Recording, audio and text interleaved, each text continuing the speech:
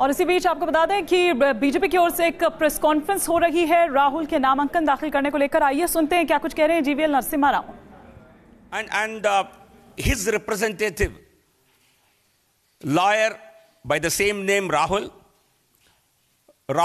Kaushik, he was not able to provide clarifications to the returning officer of Amethi constituency,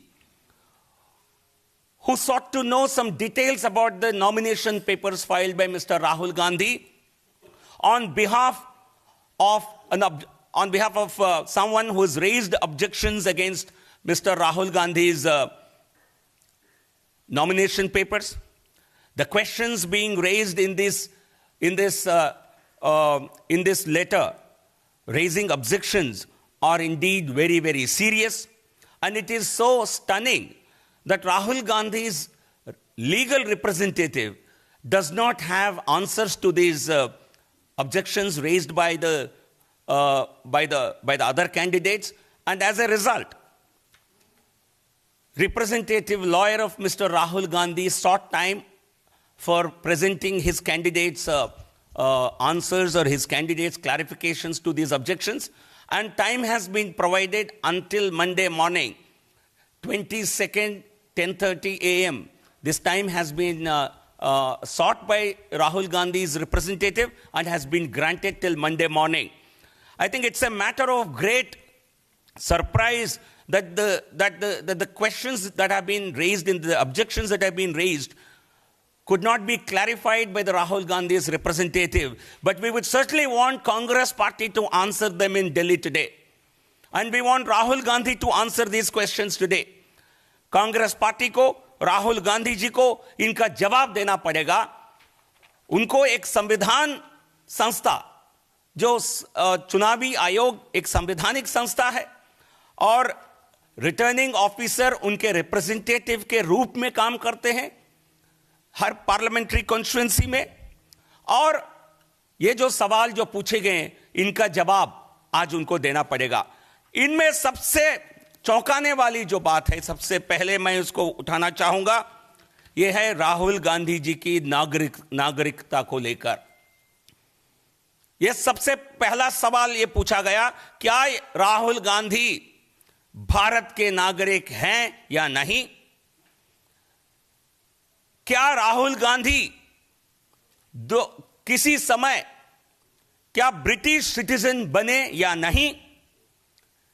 क्योंकि ये declaration, false declaration as to nationality, ये एक objection है, क्योंकि 2004 के उनके इलेक्शन एफिडेविट में खुद राहुल गांधी जी ने कहा कि हम बैक ऑप्स लिमिटेड इस नाम के एक कंपनी में इन्होंने निवेश किया था, और 2005 के इस कंपनी के एनुअल रिटर्न्स जो वहां सबमिट हुए हैं यूनाइटेड किंगडम में, इस कंपनी के मेमोरेंडम ऑफ एसोसिएशन, उनमें उनकी नेशनैलिटी, राहुल गांधी की नेशनैलिटी जी को, उनकी नागरिकता को ब्रिटिश सिटीजन कहा गया।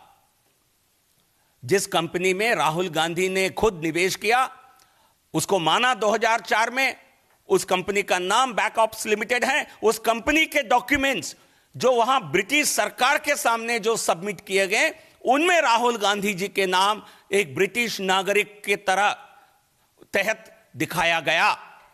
क्या सवाल यह है, क्या राहुल गांधी उस समय ब्रिटिश सिटीजन बने थे क्या? यदि ब्रिटिश सिटीजन वो बने थे, ये भारत के कानून के उल्लंघन है। इंडियन सिटीजन एक्ट के तहत कोई भी भारत के नागरिक किसी दूसरे देश के नागरिकता को स्वीकार करते हैं, ऑटोमेटिकली उनकी भारत नागरिकता चली जाती है। So we would want to ask Mr. Rahul Gandhi, the company in which you invested, and you refer to that company in 2004 election affidavit. The name of that company is Backops Limited. It is a company registered in London. It's a company in which you served as a director, and the official documents submitted by this company, Backops Limited, to the British authorities in the form of a memorandum of association and annual returns for the period ending 21/8/2005. So documents submitted to the British authorities in 2005 clearly showed that you were a citizen of United Kingdom. And if you were a citizen there in that period, you would have automatically lost Indian citizenship, because Indian Citizenship Act 1955 clearly states that any citizen of India acquiring citizenship of any other country automatically forfeits his citizenship of India. So we would like to ask Mr. Rahul Gandhi, were you indeed a citizen were you indeed a British citizen in 2005 or earlier and later? And would that not automatically make you a non-citizen? Would that not render you into a person of Indian origin only, not a citizen of India? And once you lose your citizenship status, you are not qualified to contest any election to either the state assembly or to Indian parliament. So Mr. Rahul Gandhi must come out clearly today and tell us about the real story of his citizenship. क्या आपने भारत के नागरिकता को स्वीकार करके, क्या भारत के संविधान के साथ, भारत के साथ क्या आपने धोखा दिया है? क्या आपने झूठ बोलकर चुनाव लड़े हैं? यदि ये सही है तो क्या ये आधार काफी नहीं है आपकी योग्यता को खत्म करने के लिए आज के चुनाव में? The second issue pertains to the educational qualifications of Mr. Rahul Gandhi. In different affidavits filed over different elections from 2004 to 2009 Parliament, 2014 Parliament, and now 2019 Parliament elections, there is a discrepancy in his, or there has been an attempt to suppress facts, and also there is some haziness about his qualifications and the years in which he claims to have acquired those qualifications. In 2004 election affidavit, Mr. Rahul Gandhi's qualifications given, he had only given 2 qualifications: a senior secondary school certificate in 1989. We all know that is a 12th standard certificate. And after this, he only mentioned MPhil, which he supposedly got from Trinity College, Cambridge University, in development economics in 1995. There was no reference to any other qualification in between. But in 2009 and 2014 affidavits, again there are discrepancies. In 2009, he said he has introduced yet another qualification in between, which is Bachelor of Arts from Rollins College, Florida in 1994, and MPhil in Development Economics from Trinity College in 95. This development economics, in the next election affidavit, 2014, this qualification becomes MPhil in development studies.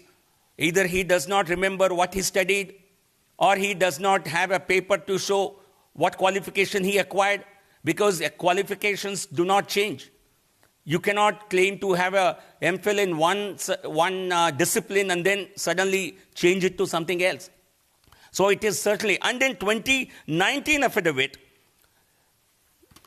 this development studies remains, but the real question is, I have a question. 1994, you have a bachelor's degree, and 1995, you claim to have a master's MPhil degree. I don't know which university in the world gives an MPhil immediately after a graduate degree. Generally, there is a postgraduate degree required, and you seem to be such an extraordinary student that university seems to have. I think you should have been featured on the university's website for acquiring such qualifications.